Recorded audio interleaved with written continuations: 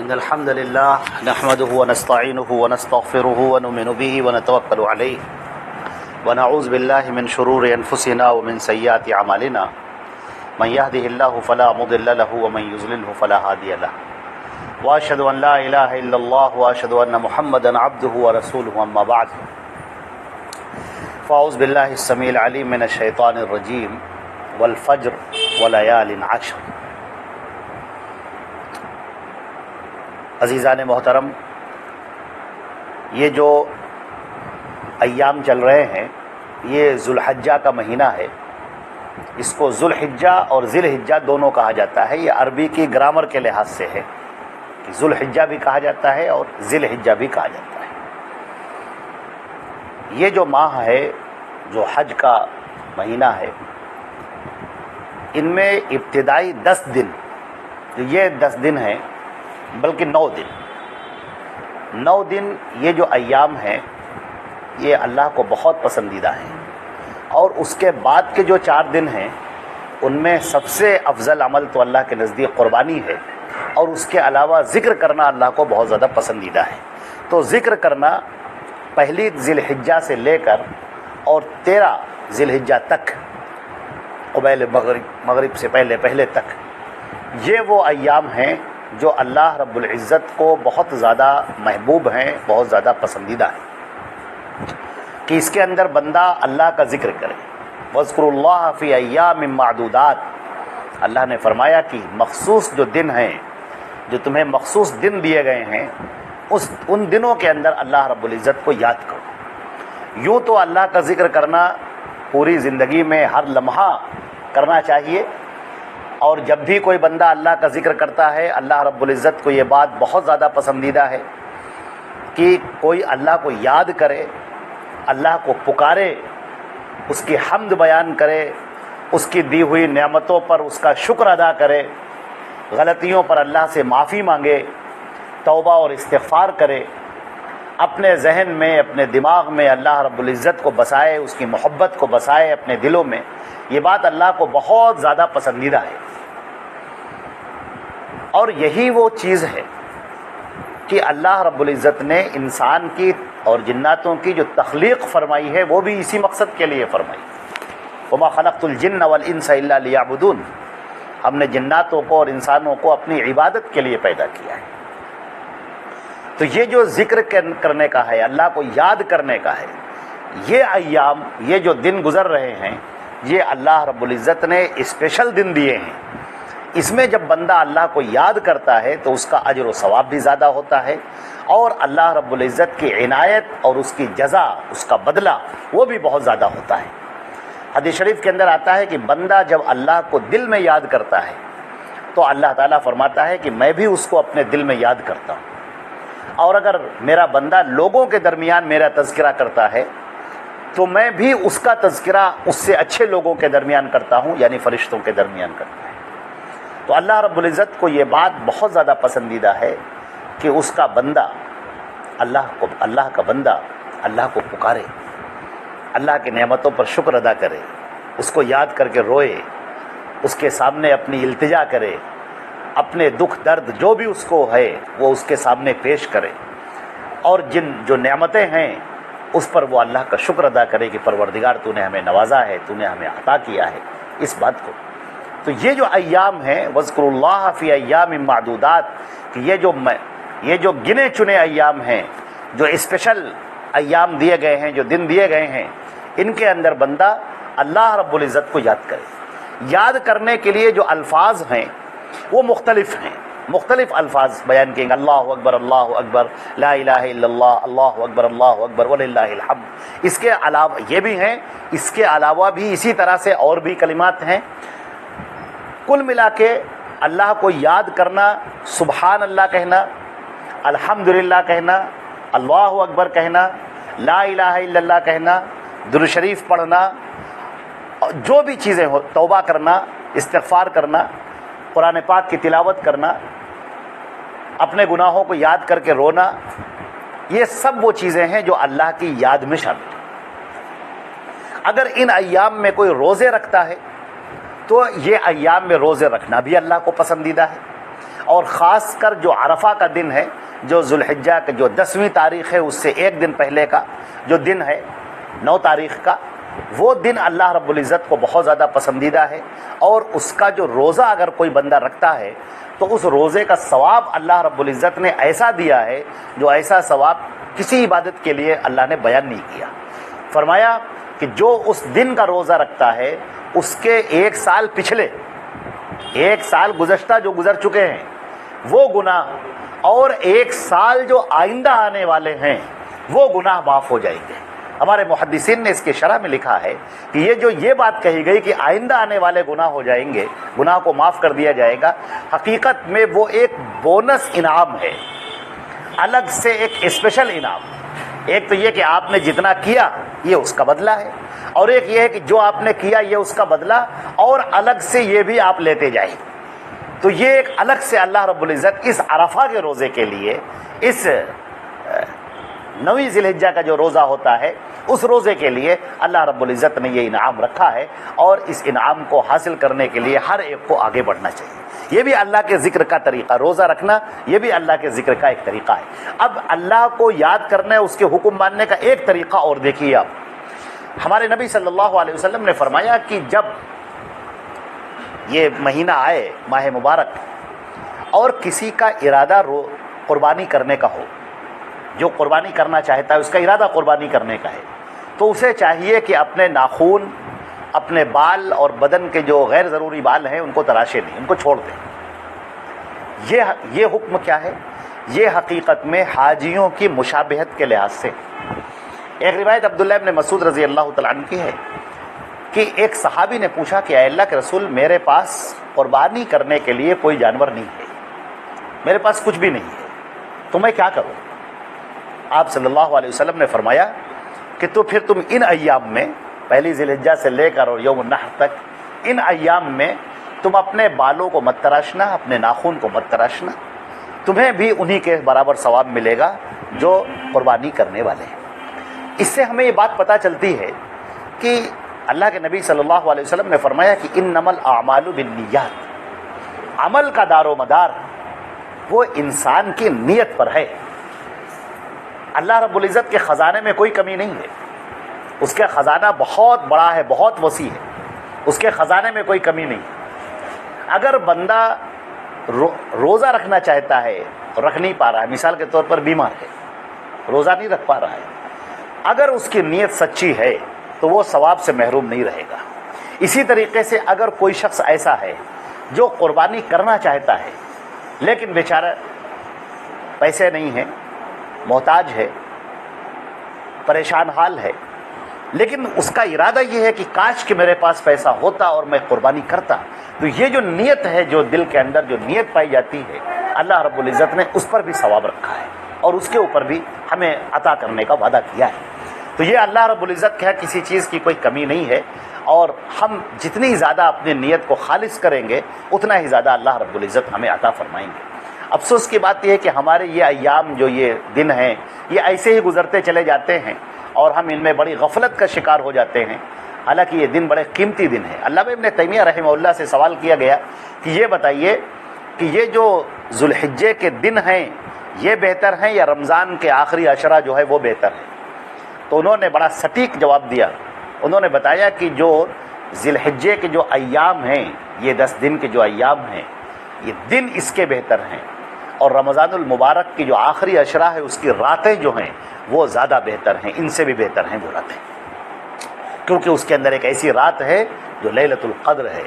اور لیلۃ القدر خیر من الف شہر، 1000 مہینوں سے بڑھ کر ہے، 1000 مہینوں سے بھی افضل ہے اور اس سے بھی زیادہ بڑھ کر ہے۔ نبی کریم صلی اللہ علیہ وسلم سے ایک صحابی نے سوال کیا کہ اے اللہ کے رسول، ان ایام میں ذکر کرنا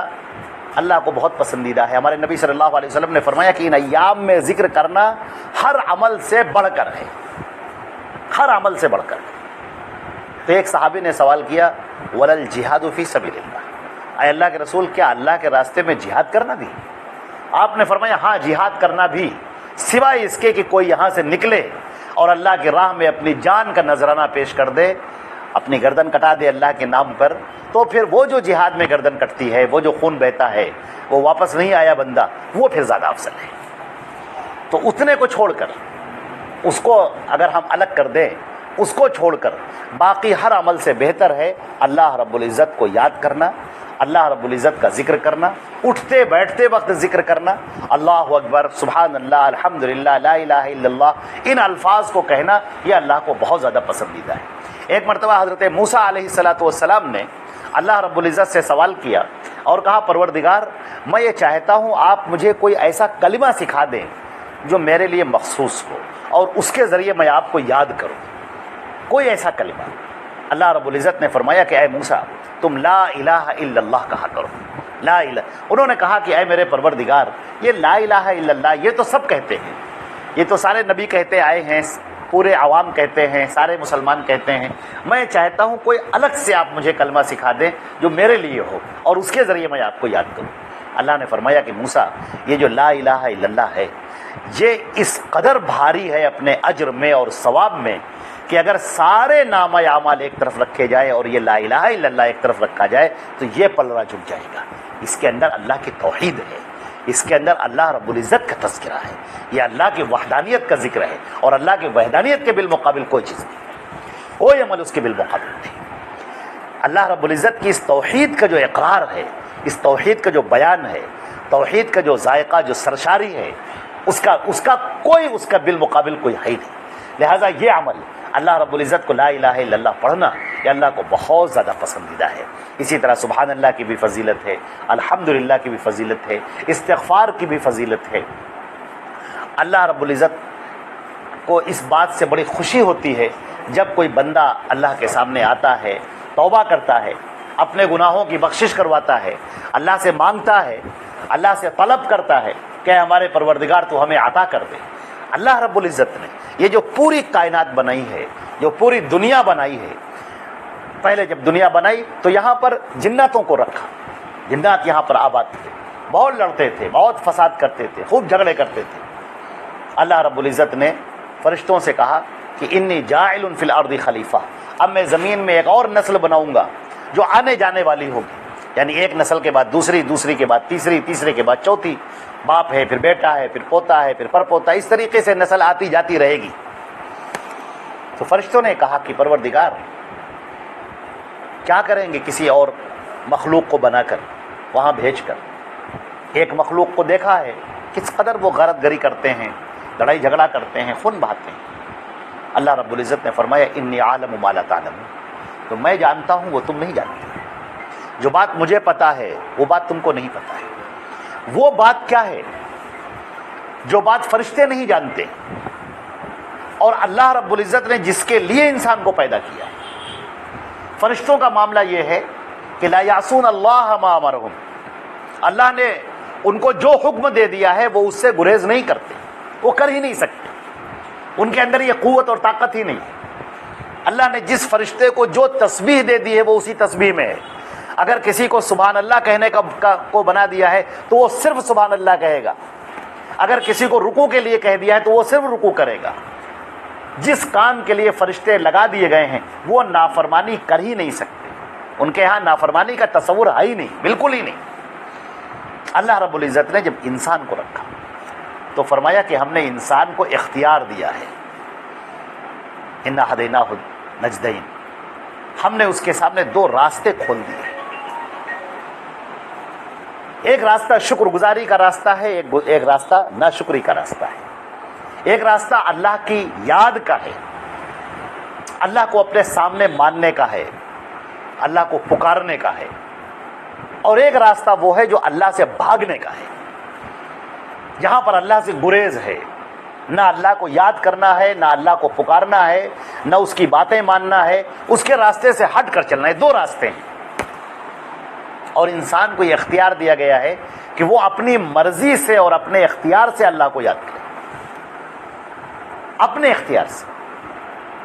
اور اللہ رب العزت نے یہ پوری دنیا سجا دی ہے اور فرمایا ہے کہ اس کائنات کو دیکھو، یہاں پر تمہیں ہماری چیزیں نظر آئیں گی، جو چیزیں ہم نے پیدا کی ہیں۔ الہ مع اللہ، کیا اللہ کے علاوہ کوئی دوسرا بھی معبود ہے جس نے یہ کیا ہو؟ یا آسمان سے پانی برسانا، زمین سے غلے اگانا، تم کو وجود بخشنا، تمہارے بدن میں خون دوڑانا، تمہاری آنکھوں کے اندر بصارت دینا، تمہارے کانوں میں سننے کی طاقت دینا، تمہارے دل کے اندر دھڑکن کی طاقت دینا، قوت دینا، کھانے کا ذائقہ دینا، تمہارے کام بنانا، تمہاری زندگی کو پٹری پر لانا، تمہاری ہر ضرورت کو بغیر تمہارے کہے ہوئے پورا کرنا، یہ سانسیں لے رہے ہو، یہ فضاؤں میں آکسیجن رکھنا، یہ سب اللہ کی وہ نعمتیں ہیں کہ اگر تم غور سے دیکھو گے تو اللہ کے علاوہ تمہیں کوئی نظر نہیں آئے گا جس نے یہ کیا ہو۔ جن معبودوں کی تم پوجا کرتے ہو، جن کو تم پکارتے ہو، جن کو مشکل کشا حاجت روا سمجھتے ہو، وہ کچھ نہیں کر سکتے، سب مخلوق ہیں اور اللہ خالق ہے۔ اللہ رب العزت چاہتا ہے کہ وہ جو خالق ہے، جس نے اپنے بندوں کو پیدا کیا ہے، یہ بندے اس کی طرف بھاگ کر آئیں، اس کی طرف دوڑ کر آئیں، اس کے سامنے عاجزی اختیار کریں، اس کا شکر ادا کریں کہ پروردگار تو نے ہمیں دیا ہے تو ہمیں ملا ہے۔ یہ اپنی زبان سے کہیں، وہ شکر کے کلمات کہیں کہ اے میرے پروردگار، یہ میرے دونوں ہاتھ جو چل رہے ہیں، اے اللہ تیرا کرم ہے کہ دونوں ہاتھ چل رہے ہیں۔ آج ہم زمین پر چل رہے ہیں، اے اللہ تیرا کرم ہے، ورنہ کتنے ایسے لوگ ہیں جو بستر کے اوپر فالج کے ساتھ میں پڑے ہوئے ہیں، اٹھ نہیں سکتے۔ کتنے ایسے لوگ ہیں جو جیل خانوں کے اندر، قید خانوں کے اندر بند ہیں، وہ آزادانہ سڑکوں پر گھوم نہیں سکتے۔ کتنے ایسے لوگ ہیں جن کھانے کو ہم کھاتے ہیں، اس کھانے کے لیے وہ ترس رہے ہیں۔ کتنے ہی ایسے لوگ ہیں جو ایک ایک روٹی کے محتاج ہیں، اور اے پروردگار تو نے ہمیں دیا ہے۔ بندہ اللہ کا شکر ادا کرنے والا ہو، اللہ کو کہنے والا ہو کہ اے پروردگار تیرا شکر ہے، تیرا احسان ہے۔ اللہ رب العزت کو یہ بات پسندیدہ ہے کہ کوئی اسے یاد کرے، اسے پکارے، اس کے سامنے اس کے حمد و ثنا بیان کرے اور یہ کہے کہ پروردگار یہ آپ کے کرنے سے ہوا ہے، آپ نے ہمیں دیا ہے تو ہمیں ملا ہے، ہم اس لائق تو تھے ہی نہیں، ہم تو اس لائق ہی تھے نہیں۔ اللہ رب العزت کی ایک صفت ہے، صفت کریم، اللہ کی صفت ہے کریم۔ کریم کہتے ہیں عربی میں الذی یعطی بغیر الاستحقاق، جو بغیر استحقاق کے دینے والا ہو، جو آدمی اس لائق نہیں ہے کہ اس کو دیا جائے لیکن اللہ اس کو بھی دینے والا ہے، وہ اس لائق نہیں ہے لیکن اللہ اس کو بھی دے رہا ہے، وہ کریم کی صفت ہے۔ اللہ رب العزت چاہتا ہے کہ یہ جو صفت کریمی ہے جو تمہارے اوپر کی گئی ہے، تم اس کا اظہار تو کرو، تم اس کو آ کے سامنے کہو تو کیا ہے ہمارے پروردگار تیرا لاکھ لاکھ شکر ہے، آج ہم زندہ ہیں، آج ہم تیرا نام لے رہے ہیں، پروردگار تیرا کرم ہے، تیرا احسان ہے، آج ہم توحید پر ہیں، آج ہم شرک سے دور ہیں، آج ہم تجھے پکار رہے ہیں، اے پروردگار یہ تیرا احسان ہے۔ اگر تو لولا اللہ ما تدینا، ہمارے نبی صلی اللہ علیہ وسلم جب مسجد نبوی بنوا رہے تھے مدینے کے اندر، جب آپ تشریف لے گئے اور وہاں پر جب آپ نے مسجد بنائی تو جب آپ کی جگہ خریدی گئی تو اس جگہ کے لیے اینٹ اور گارے کی ضرورت ہوئی، تو صحابہ کرام اینٹ اور گارا اٹھا کر اپنے سروں کے اوپر لا رہے تھے۔ ہمارے نبی صلی اللہ علیہ وسلم نے بھی آگے بڑھے اور آپ نے تھال اپنے ہاتھوں میں لیا جس پر گارا بھرا ہوا تھا، اسے سر پر لے کر چلے۔ صحابہ کرام دوڑے اور کہنے لگے کہ اللہ کے رسول ہمیں دے دی، ہم اس کو لے کر چلیں گے۔ آپ صلی اللہ علیہ وسلم نے فرمایا کہ نہیں، واللہ لولا اللہ ما اهتدینا، اگر آج یہ اللہ نہ ہوتا اس کو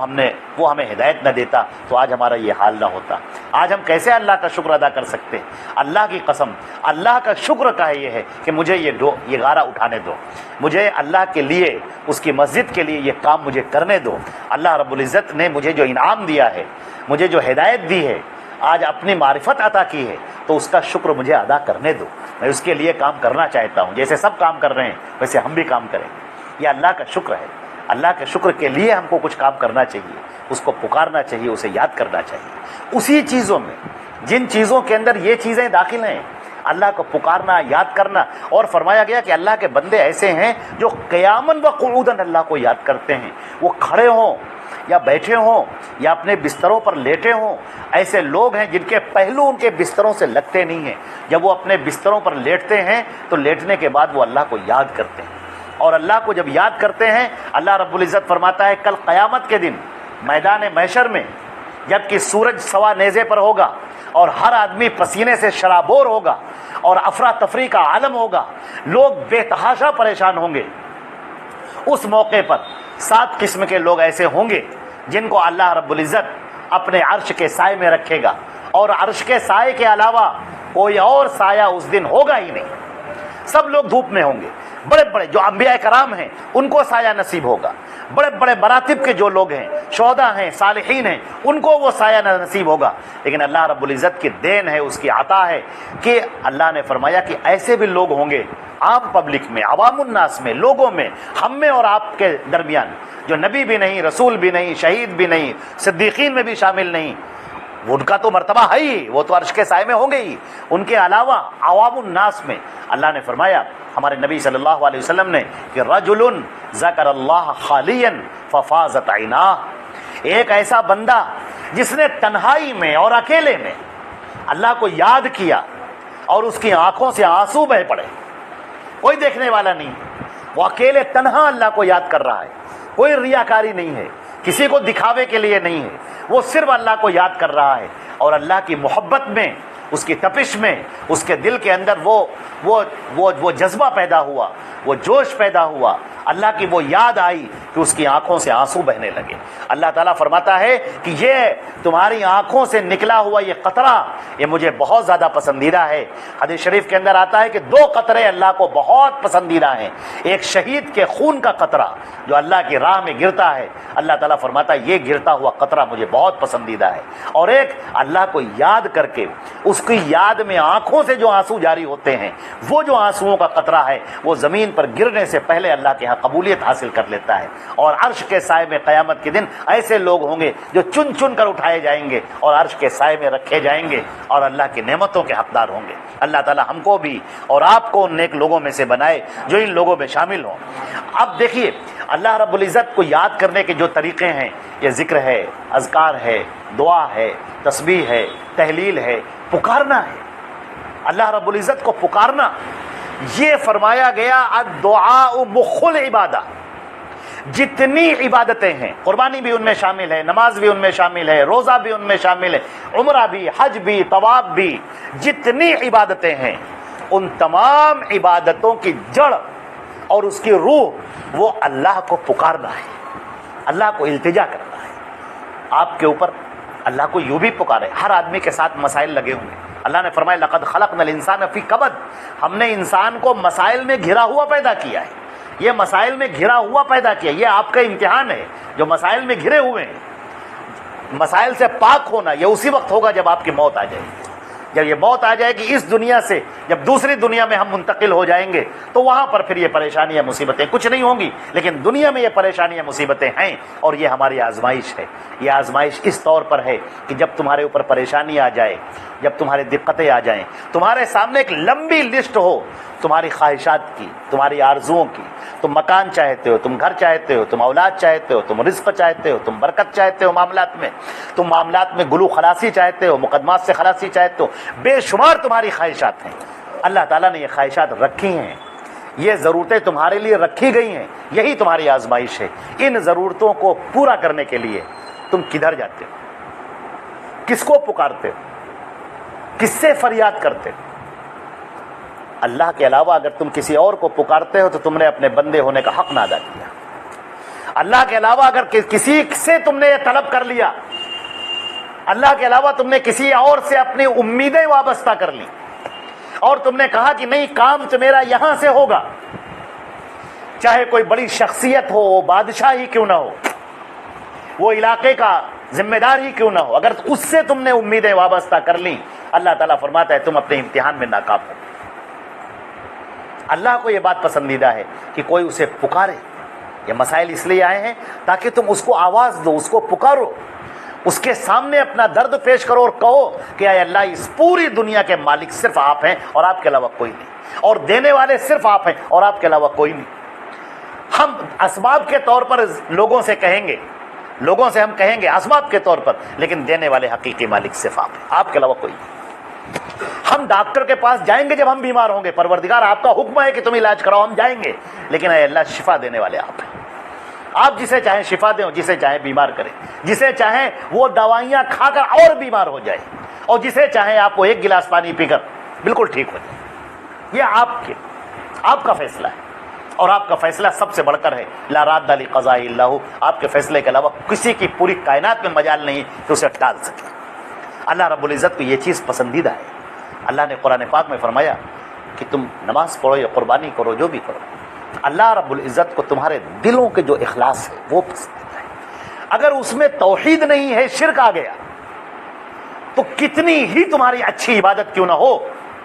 اللہ تعالیٰ فرماتا ہے ہم اسے چھوڑ دیتے ہیں، اسے رد کر دیتے ہیں۔ تم ناکام ہو گئے، تم اپنی اس عبادت میں ناکام ہو گئے جہاں تم نے اللہ کے ساتھ بھی دوسرے کو شریک کر لیا، بس تمہاری وہ عبادت ضائع ہو گئی، تمہاری نماز ضائع ہو گئی۔ حتیٰ کہ ہمارے نبی صلی اللہ علیہ وسلم اس سلسلے میں اتنا چوکنا تھے، صحابہ کرام کو وہ دیکھ رہے ہیں کہ نمازیں ادا کر رہے ہیں،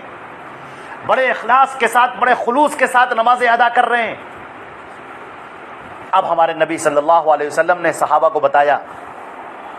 کہ اے میرے صحابہ ایک بات سنو، کبھی ایسا ہوتا ہے کہ تم نماز پڑھتے ہو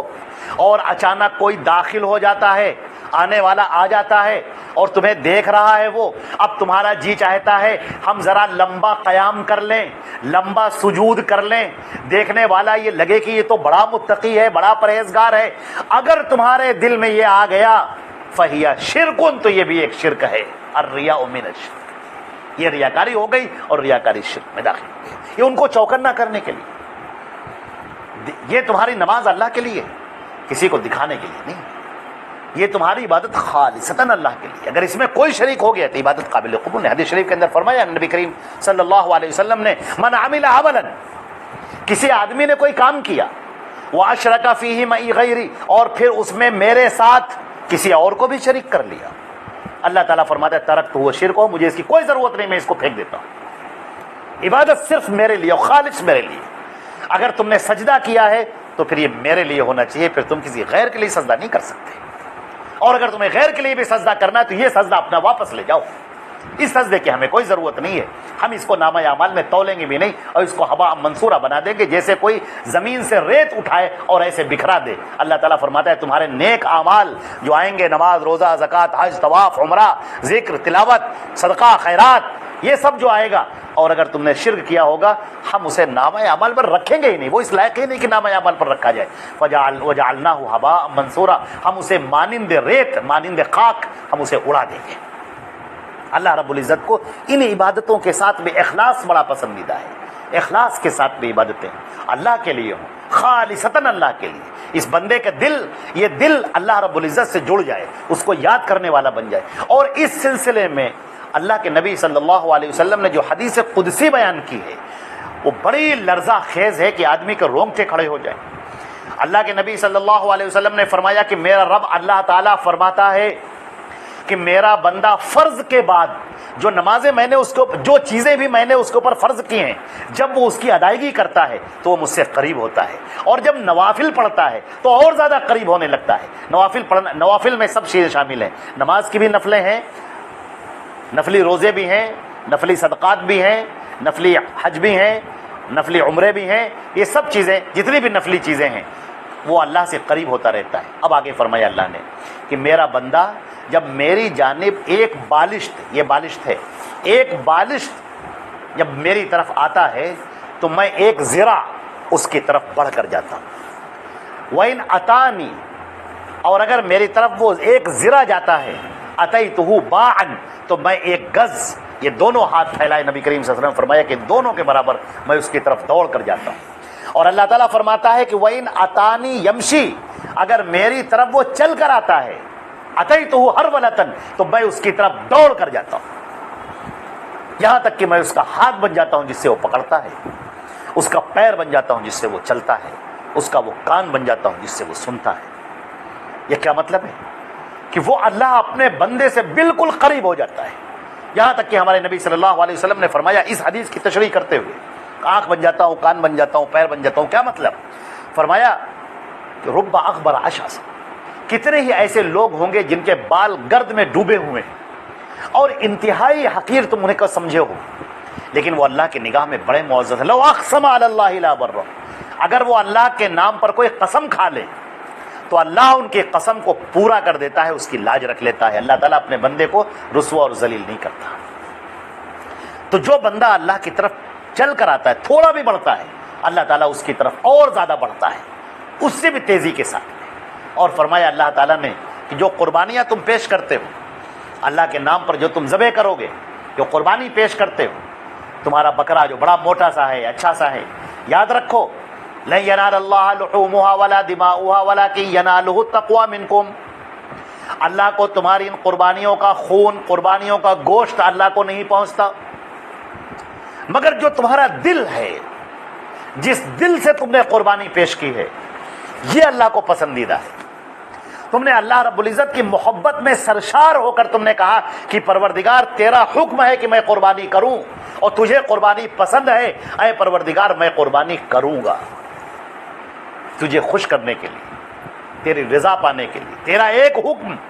قربانی کرنا ہے اور پروردگار بھائی اسے بجا لاتا۔ ہمارے نبی صلی اللہ علیہ وسلم نے فرمایا کہ یہ قربانی کا یہ سنت و ابیکم ابراہیم، یہ سنت ہے تمہارے باپ ابراہیم کی۔ ابراہیم علیہ السلام نے اللہ کی راہ میں جو قربانی پیش کی وہ اللہ کو بہت زیادہ پسندیدہ۔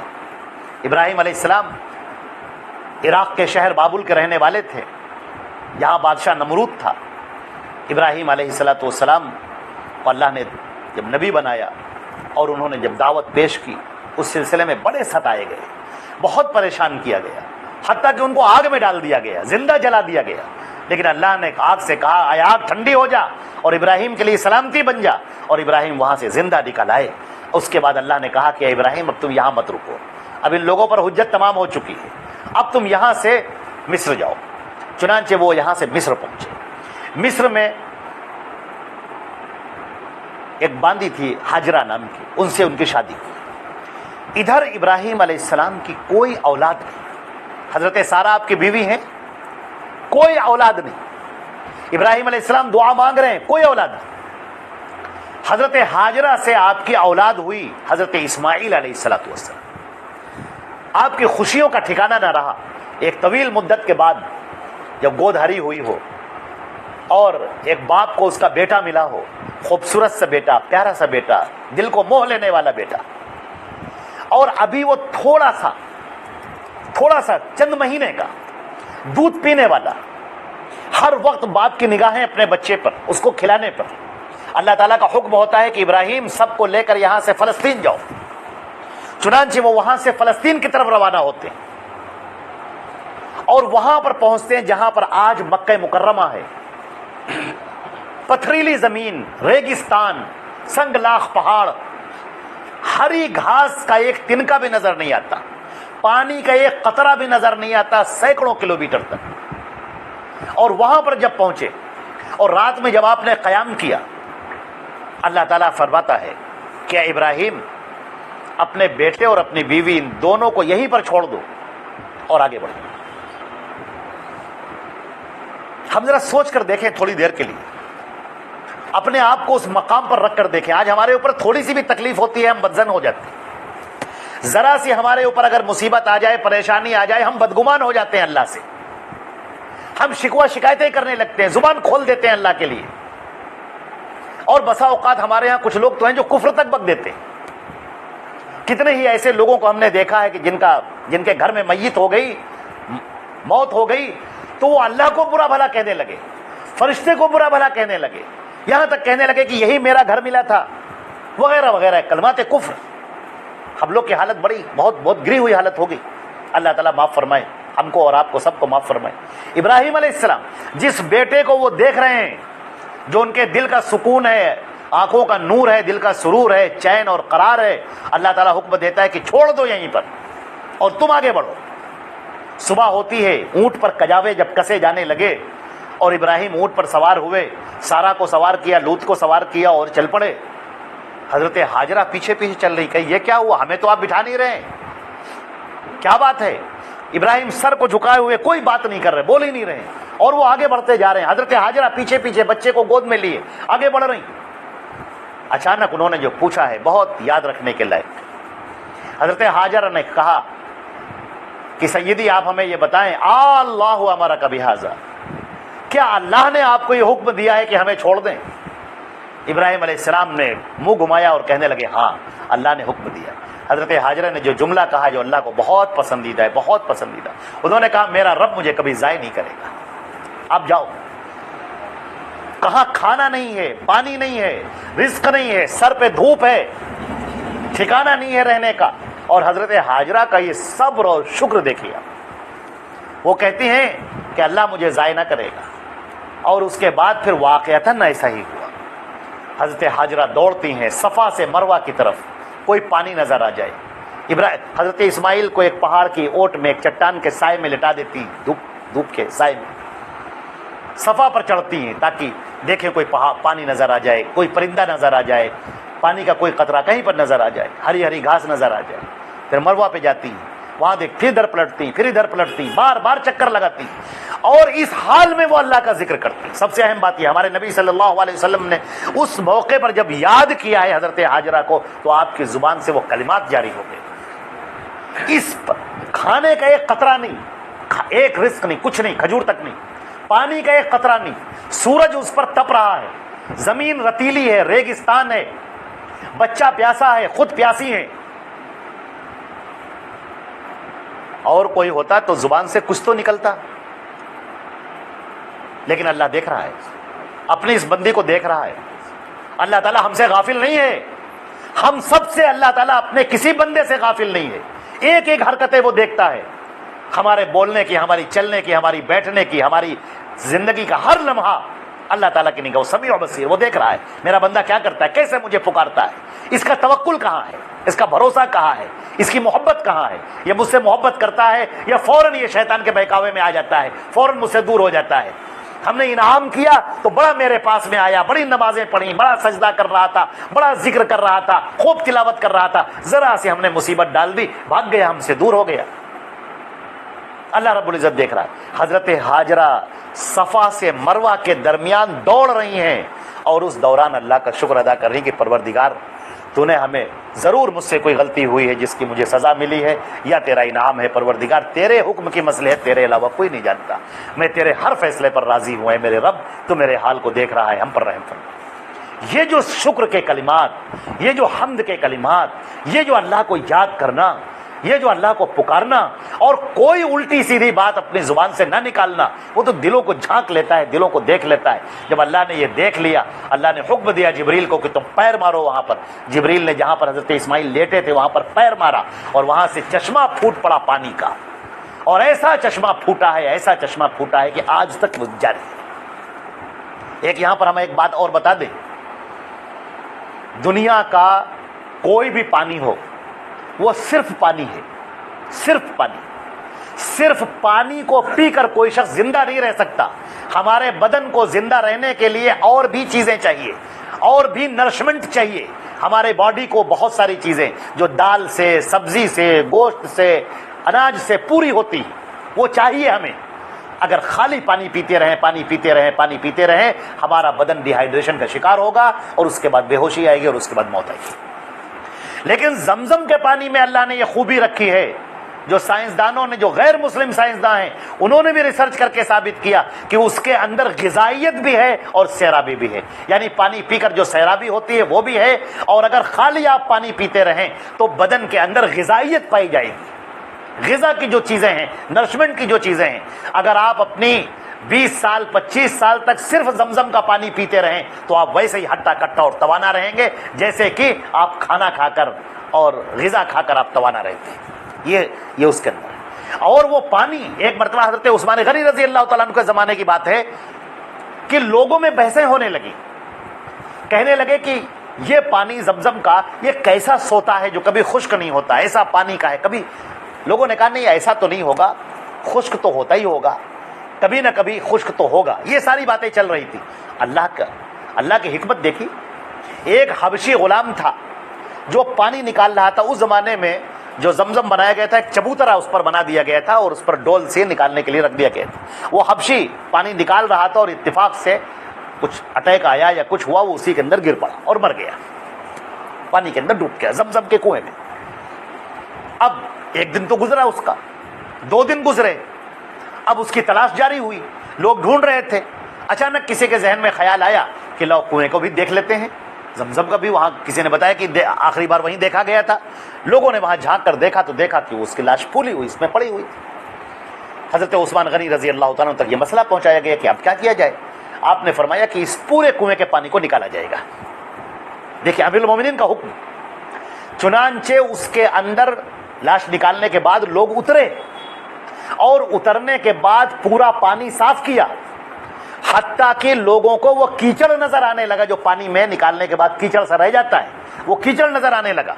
امیر المومنین خود موجود ہے، حضرت عثمان غنی رضی اللہ تعالیٰ عنہ۔ پورا پانی نکال لیا گیا۔ اب اس کے بعد یہ لوگ جو کنویں کے اندر اترے تھے، یہ لوگ چڑھنا شروع ہوئے، ادھر یہ چڑھتے جا رہے تھے، اور پانی کا سوتا پھر سے پھوٹ پڑا، اور پھر ویسے ہی پانی جاری ہو گیا۔ یہ جیسے جیسے اوپر چڑھتے جا رہے ہیں، ویسے ویسا پانی اوپر چڑھتا جا رہا ہے۔ اللہ نے دکھا دیا معجزہ کہ یہ پانی وہ ہے جو پانی قیامت تک جاری رہے گا، کبھی ختم نہ ہوگا۔ سعودی حکومت نے بڑے بڑے پائپ اس کے اندر ڈالے ہیں، موٹے موٹے پائپ، آپ کسی کنویں کے اندر ڈال کے دیکھ لیے 1 منٹ میں پانی خشک ہو جائے گا، لیکن وہ پانی چلتا رہتا ہے، چلتا رہتا ہے، چلتا رہتا ہے، اور نہ معلوم کتنا ملین ٹن وہ تقسیم ہوتا ہے لوگوں کے درمیان، پورے حجاز میں جاتا ہے، پورے جزیرۃ العرب میں پھیلتا ہے، مکے میں، مدینے میں، اور کتنے لوگ اسے لے کر آتے ہیں، لیکن پانی کبھی ختم نہیں ہوتا۔ کہ اللہ کا معجزہ ہے۔ اللہ رب العزت نے حضرت ہاجرہ کا وہ انعام دیا ہے، حضرت ہاجرہ، اور اس کے بعد جب حضرت ابراہیم ادھر فلسطین میں پہنچے ہیں،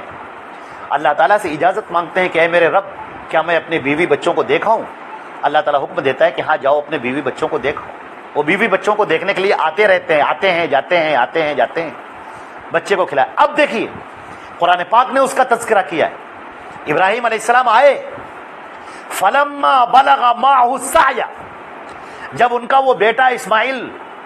جب وہ ان کے ساتھ دوڑنے کے لائق ہو گیا، 5 سال کا بچہ، 6 سال کا بچہ، 5 یا 6 سال کا بچہ جو اپنے باپ کے ساتھ دوڑتا ہے، بھاگتا ہے۔ اب ابراہیم علیہ السلام آئے ہیں اپنی بیوی سے، اپنے بچے سے ملنے کے لیے، اور وہاں پر جرہم کا قبیلہ آ گیا تھا، زمزم کو دیکھنے کے بعد پورا قبیلہ آباد ہو گیا تھا۔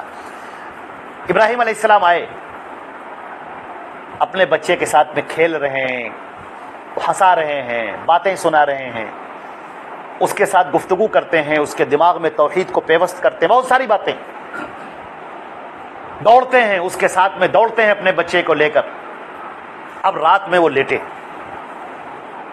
رات میں خواب دیکھا۔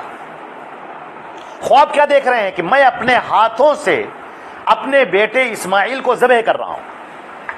یہ خواب دیکھا۔ وہ پریشان ہوئے۔ اب وہ کہتے ہیں اے میرے پروردگار، کیا یہ آپ کا حکم ہے کہ میں اپنے بیٹے کو ذبح کروں؟ کوئی جواب نہیں آتا۔ ابراہیم پھر کہتے ہیں کہ اے میرے رب، اے میرے اللہ، میرے معبود، کیا یہ تیرا حکم ہے کہ میں اپنے بیٹے کو ذبح کروں؟ پروردگار میں بالکل تیار ہوں، آپ حکم دیجئے۔ اللہ کی طرف سے کوئی وحی نہیں آتی، کچھ نہیں۔ لیکن انکار بھی تو نہیں ہوتا، اللہ تعالیٰ یہ بھی تو نہیں کہتا کہ نہیں ہم یہ نہیں کہتے۔ قرآن پاک نے اس کا تذکرہ کیا۔ ابراہیم نے خواب میں دیکھا ہے، فرشتہ نازل نہیں ہوا ہے، جبریل امین وحی لے کر نہیں آئے ہیں، اللہ نے حکم نہیں دیا ہے کہ تم ذبح کرو، لیکن وہ ابراہیم ایسے ہی نہیں خلیل اللہ ہے۔ تو ابراہیم خواب میں دیکھ رہے ہیں کہ میں اپنے بیٹے اسماعیل کو ذبح کر رہا ہوں۔ صبح اٹھتے ہیں، اب فیصلہ ہو گیا، ذہن نے فیصلہ کر لیا، اپنے بیٹے کو اپنے پاس بٹھاتے ہیں اور کہتے ہیں یا بنی انی رأى فی المنام انی اذبحک فانظر ماذا تری، میرے بیٹے میں نے خواب میں دیکھا ہے کہ میں تجھے اپنے ہاتھوں سے ذبح کر رہا ہوں، بول تیری کیا رائے ہے، کیا کرنا چاہیے؟ اسماعیل جن کی عمر 5 یا 6 سال کی، آپ دیکھ رہے ہیں یہ ابراہیم نے اپنے بیٹے کی تربیت کی ہے، دماغ کے اندر بسایا ہے، اللہ کی محبت بسائی ہے۔ ہم تو اچھے کپڑے لا کر دے دیتے ہیں، اچھی مٹھائی لا کر دے دیتے ہیں، اچھے سے اچھے پارک میں گھما دیتے ہیں، کہیں کا سیر سپاٹا کرا دیتے ہیں، گھما دیتے ہیں، لیکن وہ اللہ کی محبت جو دل میں پیوست کرنی چاہیے تھی ہم اس سے بڑے پیچھے رہ جاتے ہیں۔ لیکن وہ ابراہیم ہے، وہ نبی ہے اللہ کا، وہ خلیل اللہ ہے، جنہیں اپنے بیٹے کے اندر جو سب سے پہلے چیزیں داخل کی وہ توحید داخل کی۔ میں حیرت کرتا ہوں کہ وہ 5 یا 6 سال کا بچہ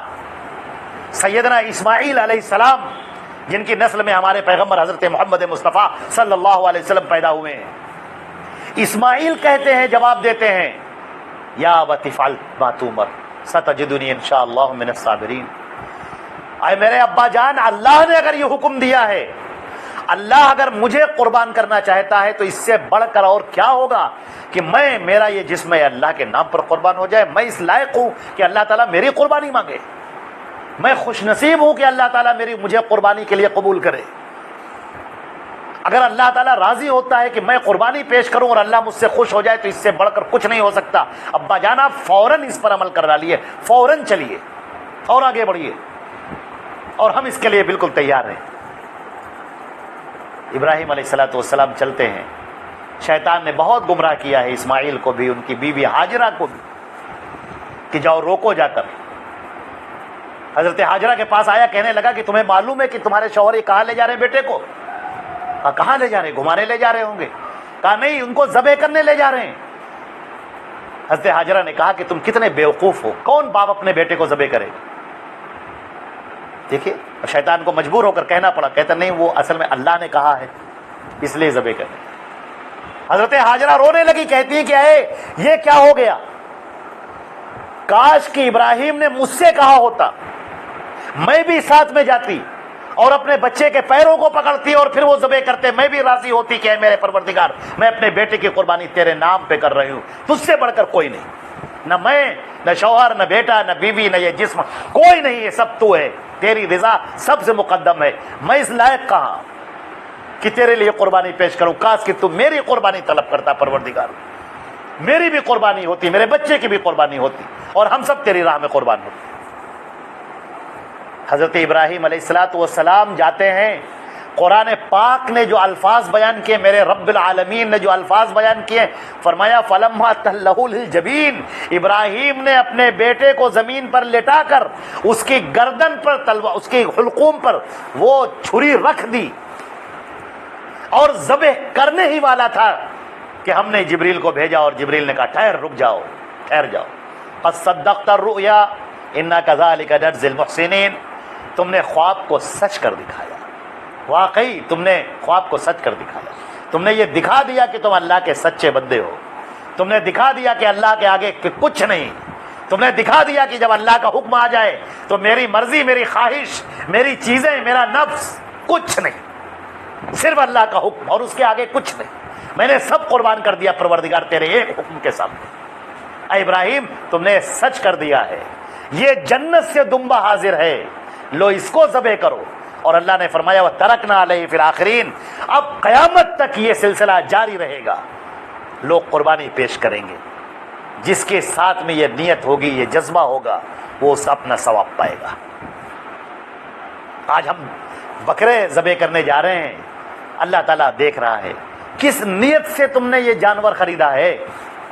تمہاری نیت کیا ہے؟ کیا تم واقعی اللہ کو خوش کرنا چاہتے ہو، یا تم اس لیے کر رہے ہو کہ لوگ کیا کہیں گے؟ اگر ہم نے قربانی نہ کی تو لوگ کہیں گے اچھا بھائی ان کے ہاں آپ کی قربانی ہوئی کہ نہیں ہوئی، اچھا قربانی نہیں ہوئی ان کے ہاں، اس کا مطلب ان کے ہاں کچھ مندی چل رہی ہے، کچھ حالات ان کے صحیح نہیں چل رہے ہیں۔ اس عزت کو بچانے کے لیے اگر تم قربانی کر رہے ہو تو یہ اللہ کے لیے قربانی کہاں ہوئی؟ اللہ تعالیٰ فرماتا ہے کہ کوئی دیکھے نہ دیکھے، ہم تمہارا دل دیکھ رہے ہیں۔ اگر تم نے یہ کہا کہ اے میرے پروردگار تیرا حکم ہے کہ میں قربانی کروں، تیرے نبی نے کہا ہے کہ اگر کسی کے اندر استطاعت ہو اور پھر بھی وہ قربانی نہ کرے تو ہماری عیدگاہ کے قریب نہ آئے۔ ہم اللہ کے حکم پر قربانی کر رہے ہیں، اللہ کو خوش کرنے کے لیے قربانی کر رہے ہیں، میں، میرا حکم، سب کچھ سب اللہ کے لیے قربان ہے۔ قل، اللہ نے فرمایا قرآن پاک میں، اے نبی آپ کہہ دیجئے قل ان صلاتی و نسکی و محیایا و مماتی للہ رب العالمین، اے نبی آپ یہ کہہ دیے بے شک میری نماز، میری قربانی، میری یہ زندگی، میرا جینا، میرا مرنا سب اللہ رب العالمین کے لیے۔ یہ جس کیفیت جس کے اندر ہو گئی، یہ بات جس کے اندر آ گئی، اس کی قربانی قربانی ہے۔ گوشت تو ہم کھائیں گے، اللہ تعالیٰ نے فرمایا تمہارا گوشت ہے تم کھاؤ، ہمارے نبی نے فرمایا کہ یہ گوشت تم خود کھاؤ، دوسروں کو کھلاؤ، یہ تمہارے ذمے۔ اللہ کو ثواب جو دینا تھا وہ اللہ نے دے دیا، اب یہ گوشت کیا کرتے ہو تم، یہ تمہاری اپنی مرضی ہے۔ بعض لوگ اس کے 3 حصے لگاتے ہیں، ایک حصہ اپنے لیے، ایک حصہ رشتہ داروں دوستوں کے لیے، ایک حصہ غریبوں اور مساکین کے لیے، بالکل ٹھیک ہے، کرتے کوئی حرجہ نہیں ہے، لیکن یہ اللہ کے رسول کا حکم نہیں ہے،